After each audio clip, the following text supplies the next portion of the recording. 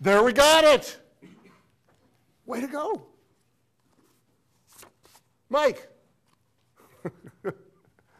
who apparently doesn't like talking in class very much. But I knew this other one, that one. you knew that one. You didn't know. I have students tell me that they know the answer to every question asked of every person in the room, except for the one asked of them. I was never. You never did that. I'm gonna say 1,600. I have no idea. 1,600 what? Units. Units? Is that how they allocate overhead? I don't know. What's the problem say? Well, they got to tell us. Sentence number 3, sir. Can you read sentence number 3? Overhead is? Currently is assigned to products on the basis of direct labor hours. Does that seem like a useful piece of information? Yeah, A little bit, okay. So it is currently assigned on the basis of direct labor hours. So that's what our activity is. That's a pretty darn useful piece of information. So now what do we need to know? Whew, Melissa, what do we need to know?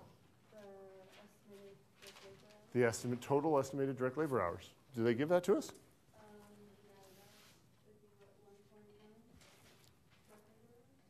Ooh, not quite. There's an easier way.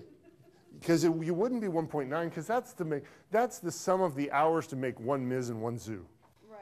That's not enough direct labor hours, because we're making more than one MIS and more than one zoo. Okay. But you can look down here in this last table. Look what that gives us. Expected activity. Okay. Expected activity So in it'd be 1720. 1720, also known as 1,720. Yes. Everybody see that? Thank you, Brandon, for moving your head. You're one of the few in the class that did. Does everybody see that? Thank you. Ryan, now what? Have you done the math? No, sir. Where's your calculator? It's a good thing Joe came to class today. Because Ryan came unprepared. This is 76.09. It doesn't come out equal? No, you're right. We're going to round. 76.10. Right? So what is that? 76.10 what, Michael? Matt, Michael. Sorry. Dollars per direct labor hour. Precisely correct. Dollars per direct labor hour. Okay? Okay. Dollars per direct labor hour. Now, what's the problem ask us to calculate? Have we calculated the predetermined overhead rate using the traditional method? Yes. And the traditional method is job order costing, just so you know. The traditional method is job order costing. Using this rate and the other data from the problem, calculate the unit product cost of both products. Okay, so that's part 2. We've got the MIS and the zoo.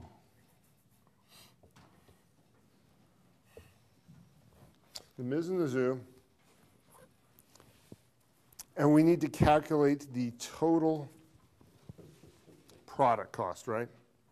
Calculate the unit product cost for both products. So everybody watching? Watch, watch. Everybody watch. Watch, watch. Everybody watch. You watching? What are you supposed to remember? Davis? What else? Yes. What else? Is that the only thing you're supposed to remember? Mr. Montgomery, you remember? What are you supposed to? Is what? What is that? What are those people? Yes. We're inching closer to what we're supposed to be remembering. We're inching closer. Scott, what are we supposed to be remembering?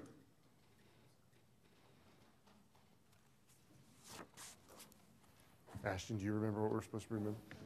There are how many categories of product cost? 3. That's what you're supposed to remember. So there are how many categories of product cost? Three. Okay, so there are how many categories of product cost? We getting it? Whew, I try. I mean, there's just so much I can do. Okay, there are three categories of product costs. How many? Three, awesome. Joe, can you name the first one? It has been named already. That's what Davis gave us. Direct materials, direct labor. And? Manufacturing overhead. So you went above and beyond the call of duty. Thank you, sir. So, absolutely. Absolutely. And so, direct material, there are three categories of product cost. And what are they? Direct materials, direct labor, manufacturing overhead. So, Davis, what do I want you to remember? Three types of product cost. And what are they? Direct materials, labor, and manufacturing. Yes. And then, who was the other person I asked? Mr. Montgomery, what do I want you to remember? Product costs. How many? Three categories of product cost. And what are they, sir? Direct material, direct labor, and manufacturing. Very good. Okay. So can I be done with this? I mean, I think I've got it on video. I thought I was already done. I think the people downstairs would appreciate it if you're done. You think you ought to go ask them if they can hear? There's not a classroom in it. There's not a classroom underneath this? Office. There's offices though, aren't there? Or is this the hallway? Or we don't care about the administrative people around here? Okay. But I'm trying to help you remember. Are you going to remember? I'll try it next class period. Hopefully I'll try it next class period. And we'll see if we can remember.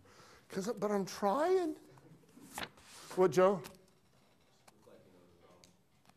Sir? Going over information. Is that why Ryan's laughing? He thinks accounting's funny? So why is he red? Okay. Oof. So there are how many categories of product cost? Three. And we're good. And to calculate the cost of all of these, we're going to have to do all three of them. That's why that was important, because we need all of those. Direct materials, direct labor, manufacturing overhead, and we want cost per unit, okay?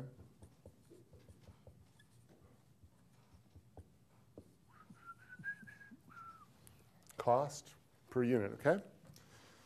So Megan, can you give me a number for, let's do the MIS first. Cost per unit, direct materials, how much? It's probably given to you up there in that first little table of information. $10.70.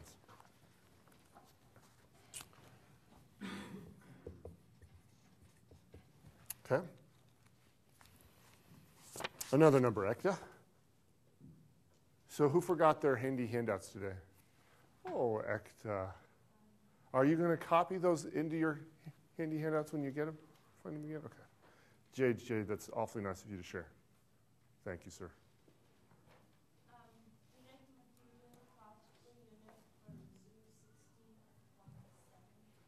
Was what? The direct material cost per unit for what? Zoo. Okay. You're giving me zoo. Was how much? $16.70. Awesome. How exciting. We're getting closer. Hold it. Direct labor costs per unit, $11.20 for You don't want to call it the Ms.? He's like, he gave me the cost is $11.20 for the M-I-Z. Like he really couldn't pronounce that syllable. And so, Nick, what do you want to give me?